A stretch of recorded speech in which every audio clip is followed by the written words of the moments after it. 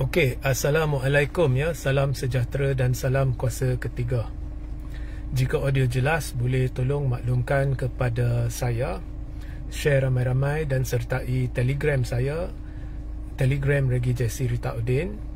Dan bagi mereka yang belum menontonnya, penjelasan saya, live saya yang saya janjikan, yang menghubungkaitkan banyak isu yang telah saya bincangkan, termasuk kritikan saya terhadap perikatan, apa yang saya baca berkenaan dengan langkah Zahid, apa yang saya lihat perikatan gagal lakukan, dan mengapa saya kata Tun perlu jadi pengerusi perikatan untuk selamatkan perikatan, mengapa saya kata Najib boleh kembali sebagai PM di masa hadapan.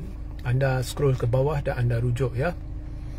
Now, di dalam live ini, susulan daripada beberapa pertanyaan dan juga perbincangan saya di luar sana, ada satu perkara yang ingin saya sampaikan kepada anda.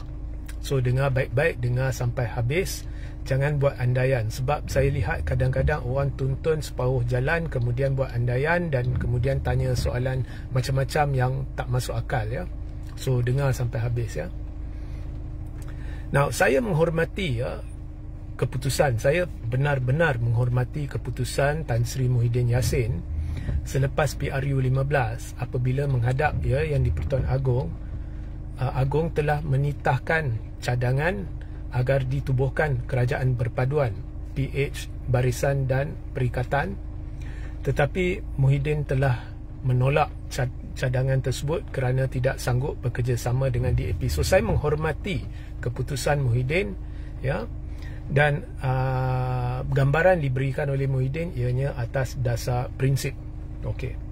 Namun saya di sini untuk memberitahu anda pendapat saya bahawa itu mungkin kesilapan terbesar yang telah dilakukan oleh Tan Sri Muhyiddin Yassin. Kesilapan strategi terbesar. Okey. Sebabnya mungkin Muhyiddin tidak jangka bahawa dia tidak akan jadi Perdana Menteri. Kerana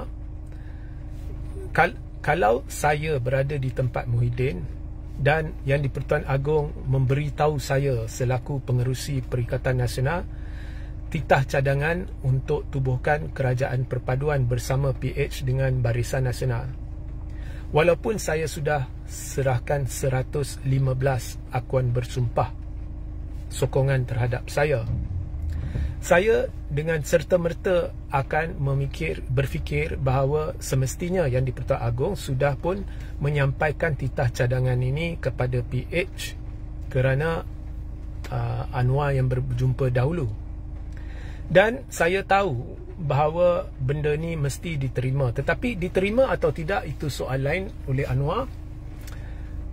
Saya juga tahu bahawa kalau saya menghadap yang di-Pertuan Agong dan dilontarkan kepada saya satu titah cadangan untuk tubuh kerajaan perpaduan setelah saya telah memberikan 115 SD, maka semestinya isu kesanggupan saya tubuh kerajaan perpaduan akan menjadi pertimbangan yang di-Pertuan Agong. Kalau tidak, yang di-Pertuan Agong tidak akan tanya dan dia akan terus beritahu, saya setuju, saya lantik awak sebagai Perdana Menteri.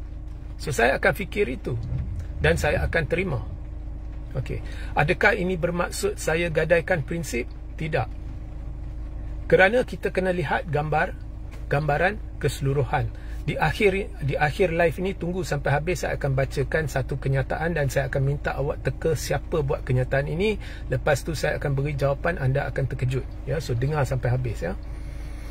So of course saya akan immediately tahu bahawa jika saya tolak, berkemungkinan saya tidak jadi Perdana Menteri. Dan beratus kali saya dah jelaskan bahawa spin yang dimainkan oleh beberapa pihak dari pembangkang kononnya oleh kerana Muhyiddin telah menyerahkan 115 SD, maka dia wajib dilantik sebagai Perdana Menteri, dan memandangkan dia tidak dilantik sebagai Perdana Menteri sesuatu yang pelik telah berlaku. Ini adalah palsu. Sebab saya dah jelaskan bahawa kuasa budi bicara mutlak untuk melantik Perdana Menteri yang pada hemat Seri Paduka Baginda Tuanku mungkin mendapat sokongan majoriti ya, tidak berpandu kepada akuan bersumpah. Tidak ada mekanisme jelas macam mana yang di-Pertuan Agong akan membuat keputusan. Sekalipun awak tampilkan akuan bersumpah ke, atau awak tampilkan video pengakuan setiap MP ke, apa jua yang anda tampilkan, akhirnya ia keputusan hemat Seri Paduka Baginda siapa yang mungkin mendapat sokongan majoriti.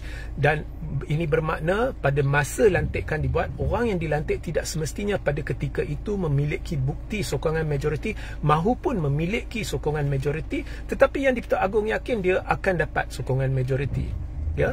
So itu kuasa budi bicara, lebih-lebih lagi dalam pilihan raya di mana tidak ada pihak yang menang pilihan raya. So ini berulang kali saya telah jelaskan, ya. So mungkin banyak faktor yang diambil pertimbangan yang di-Pertuan Agong. Contohnya Muhyiddin terlibat dalam langkah untuk menumbangkan kerajaan mandat rakyat. Kemudian Muhyiddin tidak dapat pertahankan kerajaan dia dalam beberapa bulan, tumbang balik. Dia kerjasama dengan UMNO, bergelut, kemudian dia tumbang balik. So banyak faktor lain yang boleh dipertimbangkan oleh yang di-Pertuan Agong. So saya kira yang di-Pertuan Agong juga memikirkan mungkinnya mungkin UMNO boleh kerjasama dengan PH, sebab UMNO Zahid pergi beritahu kepada Agong, betul atau tidak Zahid menipu atau tidak, itu cerita tepi, bahawa semua MP BN sokong Anwar, kemudian Sabah dan Sarawak akan ikut BN. So memandangkan track record Muhyiddin yang buruk, mesti ada dalam pertimbangan, atau mungkin ada dalam pertimbangan juga yang di-Pertuan Agong, ya. Mungkin UMNO lebih boleh kerjasama dengan PH, dan Sabah dan Sarawak boleh bentuk kerajaan stabil berbanding Muhyiddin. So dia tanya Muhyiddin, sanggupkah bentuk kerajaan perpaduan? Muhyiddin cakap tidak. Okey, saya hormati Muhyiddin, tetapi itu telah menyebabkan Muhyiddin tidak menjadi Perdana Menteri. Kalau tidak, Muhyiddin mungkin hari ini Perdana Menteri. Okey. So jika Muhyiddin hari ini Perdana Menteri, maknanya PAS Bersatu akan duduk dalam kerajaan bersama dengan DAP, PKR, Amanah, UMNO, MCA dan Sabah Sarawak. Mereka akan duduk bersama Muhyiddin sebagai Perdana Menteri. Dan tidak akan berlaku isu 3R ini. Tidak akan berlaku serangan DAP terhadap PAS yang berleluasa. Malah DAP akan menghadapi masa sukar untuk menjelaskan kepada penyokong mereka mengapa PAS ada dalam kerajaan. So dari sudut itu, ya, dari sudut itu, kalau contohnya penyokong Melayu tanya Muhyiddin, mengapa awak duduk dalam kerajaan bersama DAP, boleh beritahu sama juga seperti yang diberitahu oleh PH. Ini adalah berdasarkan titah YDPA, ya. Dan awak lihat pengundi Cina boleh terima alasan itu. Mengapa kerjasama dengan UMNO? Oh, ini titah YDPA, itu yang mereka katakan. Kita hormati titah YDPA. So untuk jangka panjang, Perikatan Nasional akan berada dalam kedudukan yang lebih baik, ya. Dan kemudian, ya, beransur-ansur seperti mana UMNO telah berjaya, ya, pecahkan benteng pemisah antara pengundi tradisi PH dengan pengundi tradisi UMNO di mahkota, ya. Penjelasan ini ada dalam live yang saya sebut tadi, anda scroll ke bawah dan rujuk, ya. Seperti itu juga Perikatan boleh berjuang untuk memperbaiki imej, untuk cuba memecahkan benteng pemisah di antara pengundi tradisi Perikatan dengan pengundi tradisi PH, ya. So Perikatan will be in far better situation berbanding sekarang, ya. Dan gerakan pun boleh berusaha untuk cuba menarik pengundi Cina, seperti mana sekarang UMNO cuba untuk mengembalikan sokongan Cina terhadap MCA dengan minta MCA berkempen bersama gandingan jentera perpaduan, ya. So bila Cina nampak MCA dengan DAP kempen bersama di mahkota, mereka teruja, ya. So banyak kelebihan untuk jangka panjang. Kemudian PRU 16, Perikatan boleh putuskanlah nak pergi solo ke nak masih bersama kerajaan gabungan perpaduan, ya. Tetapi untuk bekalan jangka panjang, untuk misi jangka panjang, ya, itu langkah terbaik. So pengorbanan ke arah kejayaan lebih yang ya, tak jadi situasi sekarang seperti akaun bersatu dibeku dan macam-macam lagi. So ini adalah strategik dan tactical blunder by Muhyiddin pada pendapat saya. Kalau saya Muhyiddin, things will be different. Okay. Sama juga kalau ada yang beritahu saya macam mana Regi boleh cadangkan benda ni. Pertama, ya, awak semua yang dengar, awak tahu perangai saya, ya, institusi diraja saya sanjung. Orang kutuk raja saya cabar, dan sekarang ni jadi banyak kutuk mengutuk raja, ya. Adalah sini sana secara halus, bukan secara terus, ya. Itu saya pantang. Saya ada sebab, ada filosofi dia, itu lain, ya. Ya, itu kita cerita lain, ya. Itu awak kenal saya. Kedua, so of course saya akan menghormati keputusan, tetapi kedua, dari sudut strategi, saya berfikir 10 langkah ke hadapan dan saya tahu itulah jalan terbaik. Okey. So bila Muhyiddin tercicir, maka sekarang awak rujuk, ya, live yang saya sebut tadi, yang saya dah jelaskan semua apa yang saya lihat di masa depan. Perikatan sekarang mengalami kesusahan untuk menjenamakan diri dia semula sebab sikap pemimpin-pemimpin yang tidak sedar diri. Mengapa pun awak rujuk live tu, tidak sedar diri, dah ketinggalan zaman. Pemimpin sendiri berpecah, banyak parti Melayu, banyak NGO Melayu kononnya nak perjuangkan penyatuan Melayu, kononnya nak Melayu bersatu, depa sendiri tak boleh bersatu. Entah depa cerita apa, saya pun tak tahulah. Depa tengah mimpi, ya. Kemudian tambah pula, ya, cadangan-cadangan yang tak masuk akal seperti Wan Faisal. Oh, kita, ya, kita benarkan ahli-ahli dalam satu sayap bersatu, yang ahli-ahli Cina, ya, yang memang sebenarnya tak ada kuasa dalam bersatu untuk dicalonkan dalam pilihan raya. Kod-kod Cina akan sokong kita. Itu pun saya dah ulas, awak scroll ke bawah dah awak rujuk, ya, yang saya tegur Wan Faisal. So strategi sekarang pun depa nampaknya tak tahu nak bergerak, tak tahu what you need to do. Saya dah jelaskan mengapa saya fikir PRU 16 akan diawalkan. Itu pun dalam live yang saya sebut tadi. So banyak saya cerita kat sana, awak perlu rujuk lah. Bagi mereka yang klik live ini untuk masuk channel mereka dan sebagainya, awak kena rujuk juga yang tu lah. Okay. So tapi mungkin orang tanya, mengapa Regi awak kata DAP? Korang ni, ramai di antara kamu ni yang penyokong perikatan ni, korang lupa ke dulu korang perjuangkan DAP? Mengapa korang perjuangkan DAP? Sebab ramai di antara korang, bukan semualah, jangan terasa, ya, tapi ramai di antara korang ni kategori pentaksub. Dan korang ramai taksub Mahathir. Saya mendukung prinsip perjuangan Mahathir, tapi saya tak taksub sesiapa. Ya, korang pentaksub. Bila Mahathir sebut sokong DAP, korang pergi pertahan DAP. Kalau dulu orang macam saya serang DAP, tahu tak apa yang korang ni, antara korang ni, korang masih ingat dulu kan saya serang DAP, korang serang saya, korang kata apa? Semua nak salahkan DAP. So korang ni ramai berbekalkan emosi, bukan akal. Emosi didorong oleh ketaksuban. Mahathir kata lompat, awak lompat. Saya dukung prinsip perjuangan Mahathir, tapi ada benda kalau tak betul, saya kata tak betul. Tapi setakat ni tak adalah, alhamdulillah. Tapi korang lain, bukan semualah, ya. Kalau Tun suruh, okey, korang mai sini, mai. Okey, kumpul, ya. Kumpul. Sekarang saya tiup whistle, korang terjun dari gaung, dalam gaung. Korang terjun.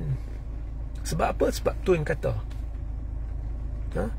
So I don't buy, saya tak percaya sangatlah yang serangan bertubi-tubi terhadap DAP. Walaupun DAP saya sendiri dedah, dia banyak keluar kenyataan beracun dan sebagainya, tapi saya selalu cari kematangan dalam perjuangan. I have change kan. Tapi bukan segala benda saya nak pertikai dari sudut kacamata perkauman, atau sebut DAP komunis, ya. Saya takkan buat begitu. I don't do that. Itu politik cetek. Dan ramai di antara korang ni, dulu kalau orang sebut DAP komunis, mana bukti, mana ini, mana itu. You tengok tak korang ni? Korang ni didorong oleh perasaan. Sekarang saya baca satu artikel. Kau dengar dan kau teka siapa yang buat kenyataan ni. Awak dengar, ya? DAP tidak akan mampu menghancurkan kaum Melayu seperti mana yang sering didakwa oleh Datuk Seri Najib Tun Razak. Okey. Sewaktu membahaskan titah diraja di Dewan Rakyat, seorang ahli parlimen, saya tak nak namakan, awak teka, ya, berkata dakwaan itu hanya bertujuan untuk menakut-nakutkan orang Melayu supaya menolak kerajaan Pakatan Harapan. Ia juga bertujuan menjatuhkan kerajaan Pakatan Harapan agar membolehkan Najib menjadi sebahagian bla bla bla lah. Okey, itu kata ahli parlimen itu. So ahli parlimen ni berkata DAP yang orang kata komunis, DAP bukan pun sekuat Parti Komunis Malaya. Tidak mungkin DAP berjaya di mana Parti Komunis Malaya dengan gerakan bersenjatanya pun gagal. Jadi dia mentong sampahkan dakwaan-dakwaan ini terhadap DAP. Cuba teka, siapa yang buat kenyataan ni? Boleh teka tak? Dalam komen ada yang boleh teka. Yang buat kenyataan ini, ya, pada 21 Julai 2020, 4 tahun yang lalu, adalah Tun Dr. Mahathir Mohamad. Yang buat kenyataan ini adalah Tun Dr. Mahathir Mohamad.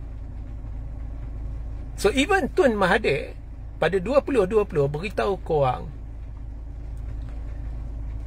yang dakwaan-dakwaan ekstrim ni tak betul. So saya bukan nak kata saya setuju dengan ni, saya bukan nak kata saya tak setuju dengan ni. Saya nak tanya yang sekarang yang mendukung prinsip perjuangan Tun Mahathir seperti saya. So bila korang lontar DAP nak buat ni, DAP nak hidupkan parti komunis lah, inilah itulah, maknanya korang tong sampahkan kenyataan idola korang lah, ya. Sebab itu saya kata perjuangan biar di landasan yang betul. Faham tak? Tun pun berstrategi. Tun dia fikir 10 langkah ke hadapan.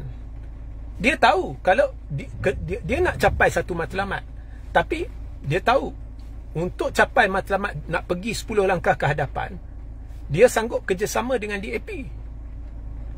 Saya tahu pada masa itu Tun tidak begitu suka DAP, itu tekaan saya lah. Tetapi dia sanggup. It's strategic. DAP pun sanggup. It was strategic. Tetapi yang telah menggugat 10 langkah yang Tun dah cadangkan itu ialah Muhyiddin, kerana Muhyiddin nak jadi Perdana Menteri. So Muhyiddin lupa peluang untuk Muhyiddin jadi Perdana Menteri wujud sebab Tun kerjasama dengan DAP. Kemudian Muhyiddin khianati Tun. Dia buat mengaibkan, ya, teruk dia buat dengan Tun sebab nak jadi Perdana Menteri. Okeylah, tak apalah, itu cerita lepas. Ya, itu cerita lepas. Ya. Tetapi bila dah pilihan raya, Muhyiddin tidak mampu lihat 10 langkah ke hadapan. So saya hormatilah prinsip dia. Dia tak terima titah cadangan YDPA. Maka hormatilah keputusan mutlak berperlembagaan YDPA untuk melantik Anwar sebagai Perdana Menteri. Faham tak tujuan saya buat live ini? Sekarang kau dah pilih untuk duduk secara tidak langsung, duduk dalam pembangkang. Jadi kau belajar berstrategi dan fahamilah bahawa kalau perikatan nak melihat 10 langkah ke hadapan dan nak membuat satu strategi yang menakjubkan, yang membolehkan mereka berjaya, kau tidak boleh duduk sebagai pengerusi Perikatan Nasional. Okey. Nur Jihan, sebelum saya akhiri live, saya nak tanya ya, nak baca ya. Nur Jihan, dia komen, kenapa nak salahkan Muhyiddin? Okey, rata-ratanya semua penyokong Perikatan Nasional ni, majoriti dia yang menonton saya ni setuju dengan saya. Tapi Nur Jihan, saya bukan salahkan Muhyiddin. Saya cuma beritahu Muhyiddin telah membuat satu keputusan, maka terimalah natijah dari keputusan itu dan sekarang berstrategilah dengan cara yang betul. Kalau awak faham live saya ya. Saya dah beritahu 2 kali dalam live ini. Saya tak salahkan, malah saya hormati keputusan Muhyiddin. Itu keputusan peribadi dia. But in English, you live with your decision. Faham tak? So awak kena pandai faham apa yang cuba saya sampaikan. You have to live with your decision. Yeah? You make choices, you live with the outcome. Cuma dari sudut strategi, fail. Okay, itu mesej saya. Ya. Kau orang rewind balik, kau orang dengar komen saya babak pentaksub. Ya. Dan mereka yang julang nama Tun Mahathir, saya pun julang nama Tun Mahathir, tapi mereka yang julang, kau rujuk balik tadi, saya baca kenyataan Tun Mahathir. Jadi adakah soalan saya kepada pentaksub sekarang, adakah kau telah mentong sampahkan pendapat Tun Mahathir? Ya. Nak menang, saya tak berpihak ya sekarang ya. Saya condong ke arah Perikatan, tetapi I'm very disappointed with Perikatan ya. Pesan saya kepada sesiapa sahaja, tak kira anda dari parti mana ya, nak menang percaturan politik ini, sekarang ni kawan kena berfikiran betul-betul matang. Dan banyak yang berlaku di persekitaran Perikatan ni, saya dah mula ambil tahulah. Dulu dah lama saya tak baca grup WhatsApp, grup Telegram, saya dah mula ambil tahu kan. Banyak ni dah mengarut gila. Mereka tidak akan berjaya. Okey, sehingga kita berjumpa di lain masa. Assalamualaikum, salam sejahtera, salam kuasa ketiga.